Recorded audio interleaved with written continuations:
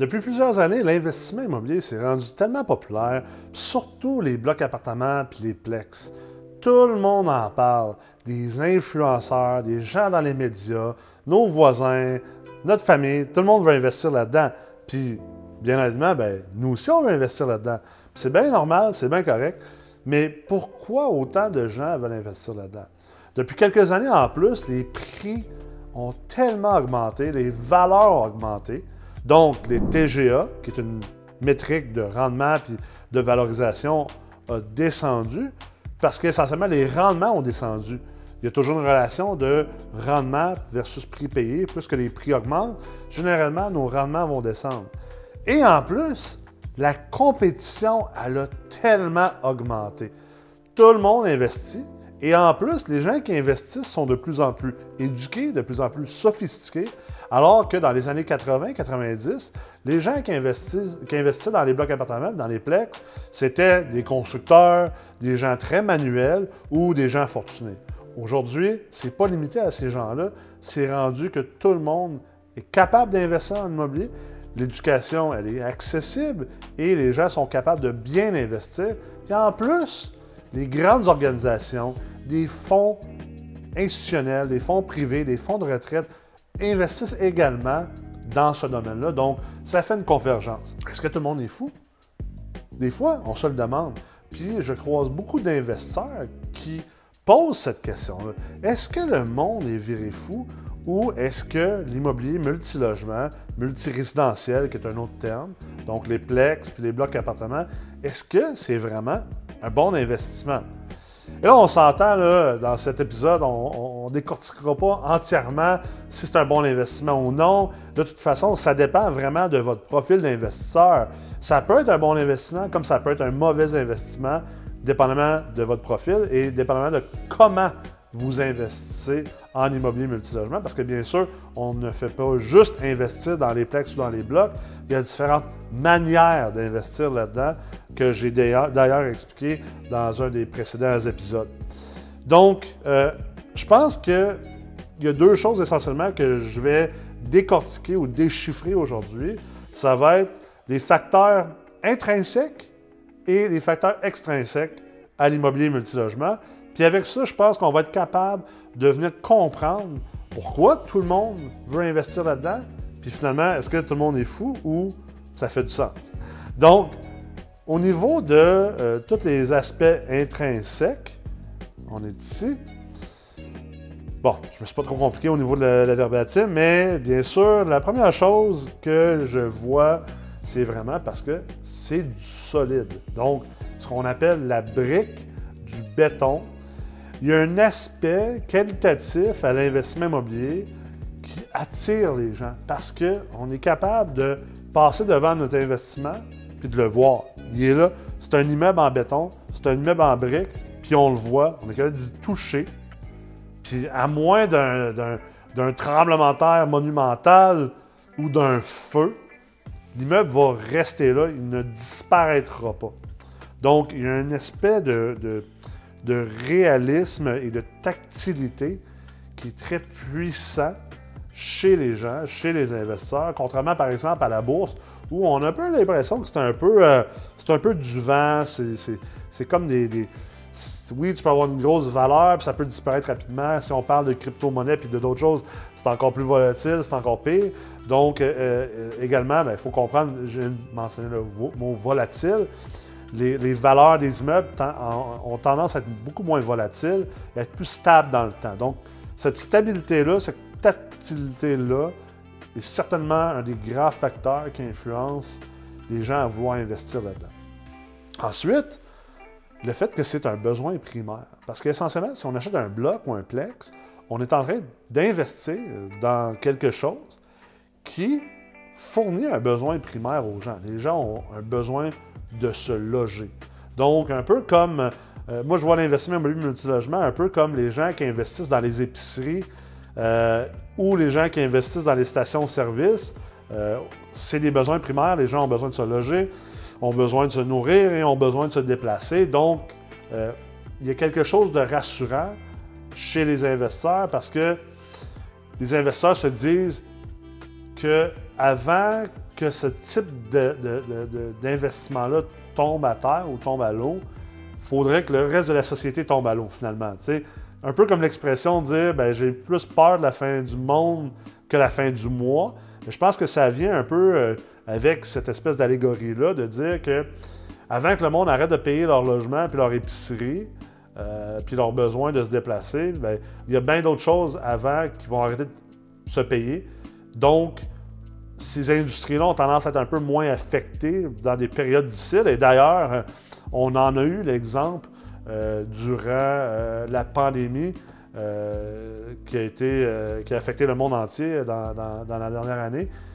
On voit que d'ailleurs, les épiciers et également les propriétaires fonciers, même s'il y a eu quelques difficultés, ont généralement mieux fait que bien d'autres types d'industries. Ensuite, je crois que le fait que l'immobilier a fait ses preuves dans le temps, autant au niveau de toute la preuve sociale relative au nombre de millionnaires qui détiennent de l'immobilier. Souvent, on voit sur les réseaux sociaux, là, il y a souvent une expression qui passe, ou une citation qui dit que 99% des millionnaires ont de l'immobilier ou l'ont fait à travers l'immobilier.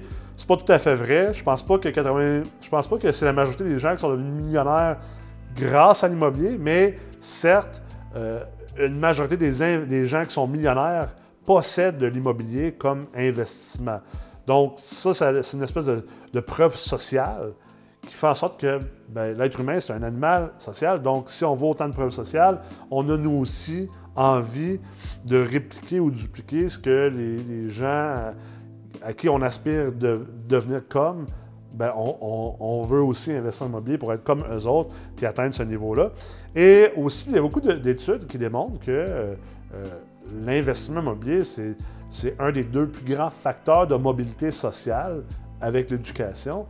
Donc, c'est clair que pour toute personne qui veut améliorer son sort, améliorer sa qualité de vie d'un point de vue monétaire, d'un point de vue d'indépendance financière ou d'autonomie et de liberté financière, c'est clair que ça va de soi que s'éduquer puis investir en immobilier, c'est fort vraiment deux des choses les plus importantes si on veut être capable de faire ça. Donc, c'est clair que l'immobilier est extrêmement valorisé intrinsèquement par les gens. Ensuite, le rendement risque.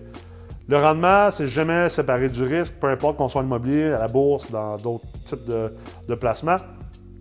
Et il y a, entre autres, deux ratios qui s'appellent, le premier, c'est le ratio de Sortino et le deuxième, c'est le ratio Sharpe.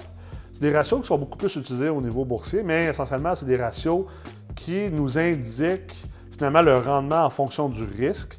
Et ce qu'on voit, c'est que sur l'échelle temporelle de plus de rendement avec moins de risque, on voit que l'investissement immobilier multirésidentiel, c'est un actif qui performe très fort au niveau des ratios Sortino et Sharpe comparativement aux autres types d'immobilier, que ce soit les chalets locatifs, l'immobilier commercial, les tours à bureaux, les centres commerciaux, les magasins, les terrains.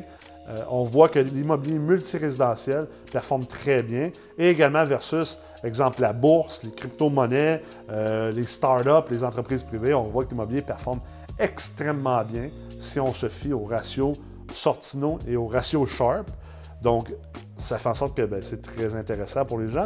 C'est le fun d'avoir plus de rendement sans prendre trop de risques ou plus de risques ou le risque équivalent ou plus de rendement. Tu sais, si, exemple, je peux prendre, j'invente des chiffres, je peux avoir 10 % de rendement avec un facteur de risque de 3, mais que je peux avoir 14 % de rendement avec un facteur de risque de 4, je vais prendre le 14 % de rendement. Si je peux avoir 11 % de rendement avec un facteur de risque de 1,5, je vais prendre ça au lieu du rendement de 10 % avec un facteur de risque de 3. Donc, c'est comme ça qu'on comprend un peu ces ratios-là. Ensuite, l'accessibilité. Et ce que je veux dire par l'accessibilité, c'est pas nécessairement que l'immobilier multirésidentiel est accessible, malgré qu'il est assez accessible, surtout dans les petits plex, parce qu'au Québec, au Canada, il y a des financements très intéressants pour les propriétaires occupants. Donc, on est capable d'acheter, par exemple, un duplex avec seulement 5 % de mise de fonds, un triplex ou un quadruplex avec 10 % de mise de fonds. Et dans le 5 logements et plus, on est capable d'acheter un immeuble avec aussi peu que 15 à 25 % de mise de fonds. Donc, c'est plutôt accessible en termes de ce qu'on appelle le ratio prêt-valeur. Donc, le montant du prêt versus la valeur de notre achat, le prêt est assez élevé parce qu'on n'a pas une immense mise de fonds à sortir, versus, exemple, d'autres types d'immobilier commercial, par exemple, où là, on doit sortir des mises de fonds plus importantes. Les terrains également, les chalets locatifs, dans la plupart des cas, ça prend un peu plus de mise de fonds. Un peu plus difficile de se faire financer également parce que, on va le voir dans des facteurs extrinsèques au niveau des facilités d'accès de prêts. Les prêts pour acquérir ces propriétés-là. Et finalement, l'économie d'échelle. L'économie d'échelle, c'est sûr que plus qu'on achète des immeubles avec plus de logements dedans, on profite d'une économie d'échelle qui vient protéger un peu nos investissements parce que si tu achètes, exemple, un duplex, si un des deux locataires s'en va, on s'entend que tu perds 50% de tes revenus. C'est assez drastique, c'est assez peurant, surtout si les fins du mois arrivent rapidement.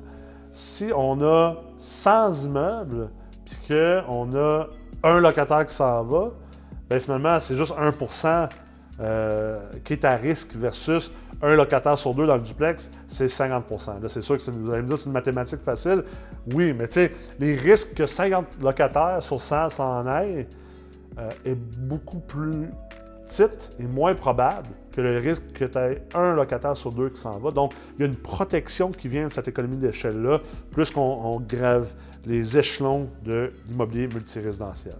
Ensuite, au niveau des facteurs extrinsèques, on va surtout considérer les taux d'intérêt. Les taux d'intérêt, on sait qu'ils sont très bas depuis une décennie, depuis 15-20 ans. En fait, ils sont dans une pente descendante. On a atteint des bas historiques. Donc, c'est clair que c'est un facteur externe qui vient faire en sorte que plus de gens ont intérêt ou désirent investir en immobilier multilogement. C'est clair que ça fait partie du pourquoi autant de gens investissent aujourd'hui en immobilier. Également, l'inflation, on a commencé à vivre de la vraie inflation récemment et selon toutes les données, l'immobilier, c'est un actif qui agit un peu comme un hedge, donc comme un contrebalan à l'inflation à cause de la manière que les valeurs des immeubles à partir desquelles sont structurées, sont basées. Ça fait en sorte que dans un monde d'inflation où ton dollar, chaque dollar que tu possèdes perd du pouvoir d'achat, donc perd de la valeur réellement, ton immeuble continue à prendre de la valeur à la même vitesse que ton dollar perd de la valeur. Fait qu'essentiellement, tu te protèges contre cette perte de valeur parce que tes dollars sont à la vraie valeur essentiellement. Et c'est sûr que, il y a des moments où, exemple, dans un cas de hyperinflation, ça ne serait pas le cas, mais pour l'instant et dans le passé proche et loin au Canada, et on n'a jamais vécu d'hyperinflation. On n'a jamais vécu d'hyperinflation, mais depuis bien longtemps. Je ne pense pas qu'il y ait grand monde qui écoute cette vidéo-là qui ont vécu l'hyperinflation. Et en tout cas, on va espérer qu'on ne vive pas l'hyperinflation dans le futur, même si on peut vivre de l'inflation qui est assez forte présentement ou dans le futur. Ensuite, un autre facteur extrinsèque qui fait en sorte que beaucoup de gens présentement veulent investir là-dedans, c'est le taux de vacances. Les taux de vacances sont bas, ça veut dire que la part des logements sont occupés parce que à travers l'immobilier, il faut comprendre qu'il y a des cycles de marché et à l'intérieur d'un cycle, il y a des phases. Il y a toujours 4 phases. Donc, on peut imaginer essentiellement un cycle de marché comme étant ça. Donc, la première phase, en fait, on va le faire comme ça. La première phase ici, c'est l'expansion. Donc, ça, c'est quand on achète un immeuble, ça prend de la valeur, le marché prend de la valeur. Donc, exemple, on part d'un bas, on se met à acheter des immeubles, puis au fil du temps, l'immobilier devient populaire, les immeubles prennent plus de valeur parce que plus de monde veut acheter des immeubles. Et là, on arrive ensuite à la phase du sommet, où là, les immeubles sont au maximum de leur valeur relative. Il y a un maximum de gens qui veulent investir. Et éventuellement, ce qui finit par monter, finit par descendre généralement. Et là, on est dans une phase de contraction, perte de valeur. Et au final, à la fin de ça, on est dans une phase de plancher où là, exemple au Québec, la dernière fois qu'on atteint une phase de plancher des valeurs au niveau du cycle, c'était dans les années 90, début des années 90 jusqu'à mi des années 90, où là, il y a même des propriétaires qui redonnaient les clés de leurs immeubles aux banques. Et les banques prenaient ces clés-là et suppliaient à d'autres propriétaires de reprendre les immeubles tellement que ça allait mal. Donc, on pourrait dire quasiment que ici, c'était les 90 à 96. Puis après ça, ben, on a vécu vraiment de 96 à facilement 2006, 2008, 2012, une montée, donc une phase d'expansion. Je n'embarquerai pas dans l'ensemble des cycles, mais ça vous donne une idée. Donc, en ce moment, à cause des cycles de marché, à cause des phases de cycle de marché, il n'y a pas eu énormément de construction de blocs appartements, de plex dans les dernières décennies, ce qui fait qu'il y a quand même une augmentation de la population et donc, il y a moins d'offres locatives, ce qui fait que quand il y a moins d'offres locatives, principe de base en économie, les prix augmentent, donc les loyers augmentent. Alors, c'est sûr que ça devient plus intéressant pour les investisseurs parce que les immeubles prennent de la valeur, les loyers augmentent, les immeubles sont capables de générer plus de revenus. Bien sûr, après ça, il y a d'autres contreballants là-dedans, comme les taux d'intérêt et tout ça, et les valeurs des immeubles en tant que tels sur le marché. Finalement, l'accès aux prêts, c'est assez simple présentement d'avoir accès à des prêts pour acheter des blocs appartements. Tu n'es pas obligé d'avoir le meilleur dossier de crédit, avoir des immenses revenus.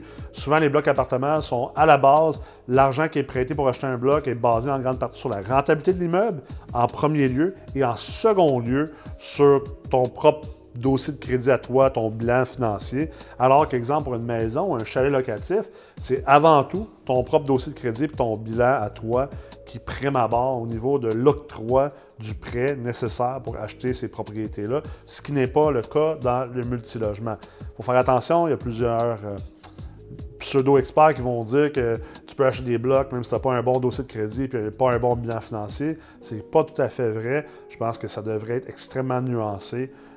Même si on se concentre sur la rentabilité des immeubles pour octroyer un prêt, la force de l'emprunteur, elle est quand même considérée.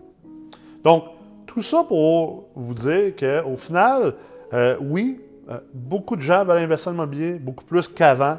Une plus grande panoplie également de gens et même d'entreprises investissent en immobilier, surtout dans le multirésidentiel, dans les plex, dans les blocs appartements. Est-ce que le monde est fou? Personnellement, je ne pense pas. Bien sûr, c'est subjectif. Moi, je suis là pour vous éduquer. Après ça, vous prenez vos propres décisions, vous arrivez à vos propres conclusions. Je ne pense pas que le monde est fou. Je pense que oui, il y a une espèce d'exubérance, certes.